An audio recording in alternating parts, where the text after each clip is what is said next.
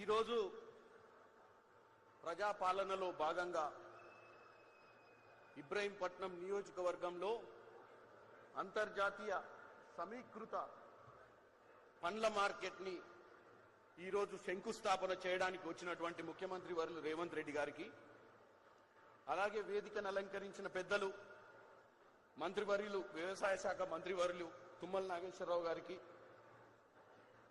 జిల్లా incharge minister Sridhar Babu గారికి, revenue minister Ponguleti Srinivasa Reddy గారికి, అలాగే వేదిక మీద ఉన్న పెద్దలందరికీ పేరు పేరున నమస్కారాలు తెలియజేస్తున్న సమయాన్ని దృష్టిలో పెట్టుకొని అందరికీ నమస్కారం.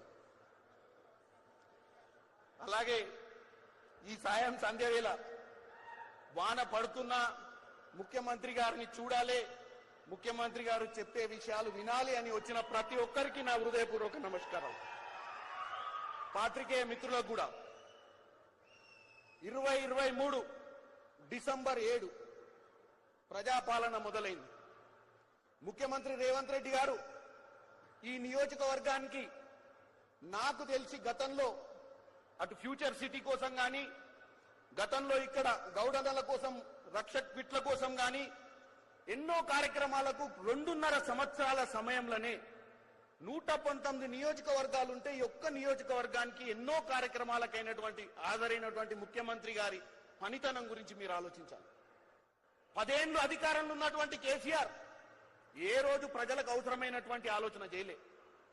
ఈ రోజు ఇక్కడ కడుతున్నటువంటి ఈ ఇంటిగ్రేటెడ్ మార్కెట్ కానీ, పక్కన శంకుస్థాపన చేసినటువంటి ఇంటిగ్రేటెడ్ రిజిస్ట్రేషన్ ఆఫీస్ కానీ, ఇవి మేము ఇచ్చిన వాగ్దానాలలో లేవు.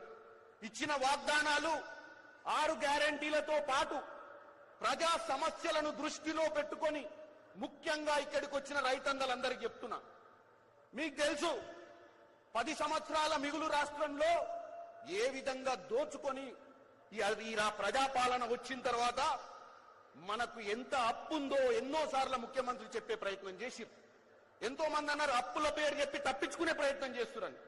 ఇవాళ ఇక్కడ 239 ఎకరాలల్లా 2400 కోట్ల పై చిలుకుతోటి రైతులకు అంతర్జాతీయ మార్కెట్లో వాళ్ళు ఉత్పత్తిని అమ్ముకునే విధంగా చేయాలన్న ఆలోచన ఎవరికి వచ్చింది? 10 సంవత్సరాలు ఎందుకు రాలే? నీళ్లు, నిధులు, నియామకాల నినాదంతో జబ్బలు తెలుసుకొని 10 ఏళ్లు రూలింగ్ లో ఉన్నారు కదా. ఏ రోజన్నా ప్రగతి భవన్ దాటి ప్రజల సమస్యల్ని తెలుసుకునే ప్రయత్నం చేసిండా కేసీఆర్? చేయలే. కానీ ప్రతి సమస్యను అర్థం చేసుకుంటారు. ఈ సంవత్సరం 66 లక్షల ఎకరాలలో సాగు చేసి వరి వండితే ప్రతి గింజ కొనే ప్రయత్నం ఈ ప్రభుత్వం చేసింది. ఒక పక్కన బీజేపీ వాళ్ళు మనకు సహకరించకుండా, మన ఒడ్లు కొంటే అవన్నీ సెంట్రల్ గవర్నమెంట్ వాళ్లకు ఉన్నటువంటి బీజేపీ గవర్నమెంట్ కొనే ప్రయత్నం చేయకుండా నిందలేసే ప్రయత్నం చేస్తుంది. ఇంకో పక్కన వ్యవసాయ డిక్లరేషన్ అని పెట్టి కేటీఆర్ ఊరూరు తిరుగుతుండు.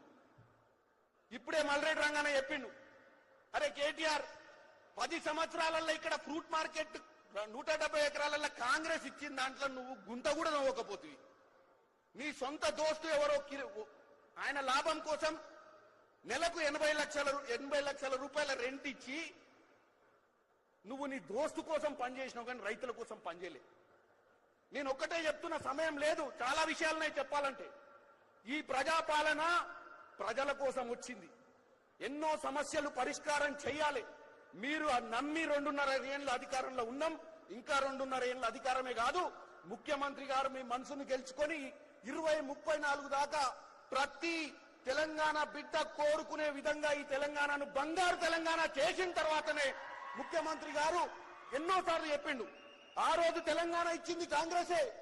ఎందుకు ఇచ్చింది? నీళ్లు, నిధులు, నియామకాల కోసమే ఇచ్చింది. కానీ 10 సంవత్సరాలు కేవలం కమిషన్ల కోసం, కలెక్షన్ల కోసమే అధికారంలో ఉన్నటువంటి గత ప్రభుత్వాన్ని మీరందరూ ఫామ్ హౌస్ కి తరిమి కొట్టిరు.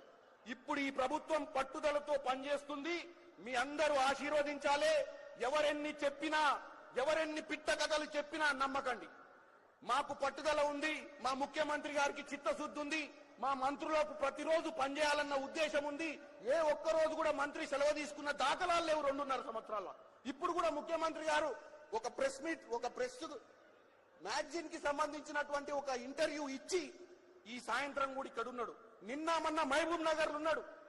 దక్షిణ తెలంగాణలో రైతులకు అన్యాయం జరిగింది. పాలమూరు బిడ్డల కోసం, పాలమూరు రంగారెడ్డి ప్రాజెక్టు కోసం పోయిరు. కాబట్టి నేను ఒక్కటే చెప్తున్నా, ముఖ్యమంత్రి గారు 24 గంటలు 365 రోజులు పనిచేయాలనుకుంటుండు, మంత్రులు పనిచేయాలనుకుంటున్నారు, మేమందరం చేయాలనుకుంటున్నాం.